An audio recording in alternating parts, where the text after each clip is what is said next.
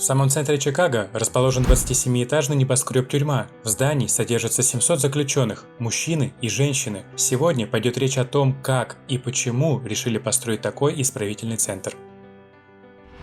Повышение уровня преступности, рост числа заключенных и массовые беспорядки в конце 60-х годов привели к тому, что Федеральное бюро тюрем приняло решение за 10 лет построить 66 столичных исправительных центров Metropolitan Correctional Center. В центрах нового типа предполагалось содержать под стражей подозреваемых, которые ожидают суда, и заключенных, отбывающих небольшой срок. Архитекторам необходимо было предложить проекты с гуманными условиями содержания заключенных. Власти рассматривали 5 городов для строительства центра. Одним из них стал Чикаго. Как только власти утвердили место строительства исправительного центра на углу Кларка и Ван Бюрена, многие общественные организации были в негодовании. Они подавали иски в суд с просьбой остановить проект, опасаясь, что строительство тюрьмы сильно снизит стоимость недвижимости в данном районе. Суд не удовлетворил иски. Бюро тюрем было готово к такому развитию событий. Они успокоили людей, объяснив им, что тюрьмы нового типа повысят защиту городской среды.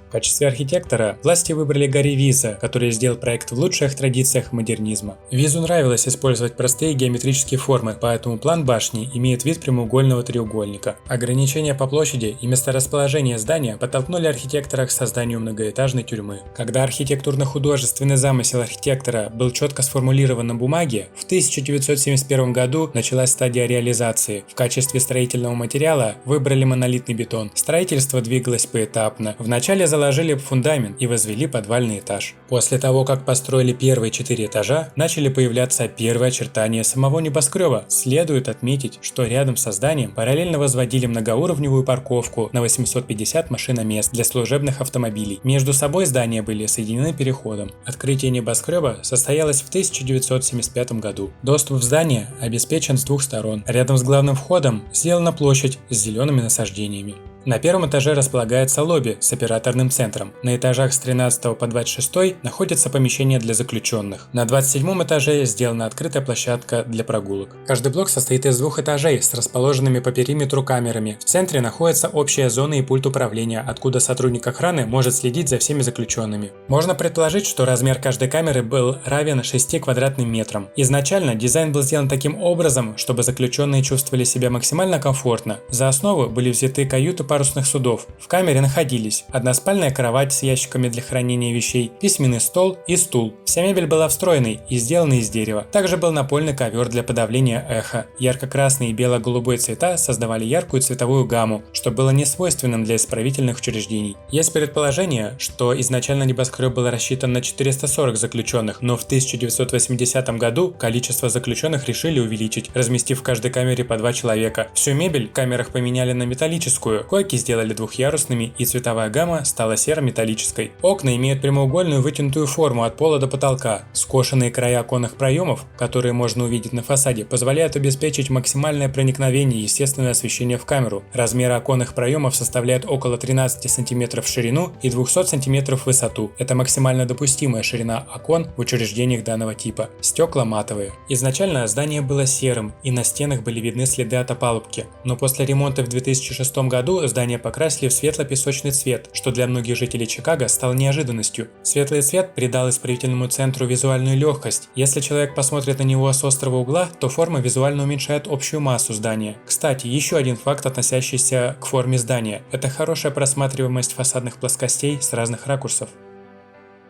На крыше организована спортивная площадка. Она огорожена 9-метровыми бетонными стенами. Проемы в стенах огорожены металлической сеткой. Доступ к площадке ограничен 2 часами в день, а тренажерный зал заключенные могут посещать 2 раза в неделю. С 2005 года заключенным женщинам разрешили посещение тренажерного зала и библиотеки раз в неделю. И в завершении, если вы смотрели внимательно, то могли заметить непонятные, кажущиеся случайными элементы на фасаде, которые выбиваются из общей структуры стены. Это трапециевидные крышки. Но что они закрывают? Дело в том, что когда строители монтировали межэтажное перекрытие, им приходилось использовать домкраты для натяжения арматуры. После этой процедуры остаются своего рода колпачки, которые закрывают арматурные выпуски и не дают натяжению ослабевать.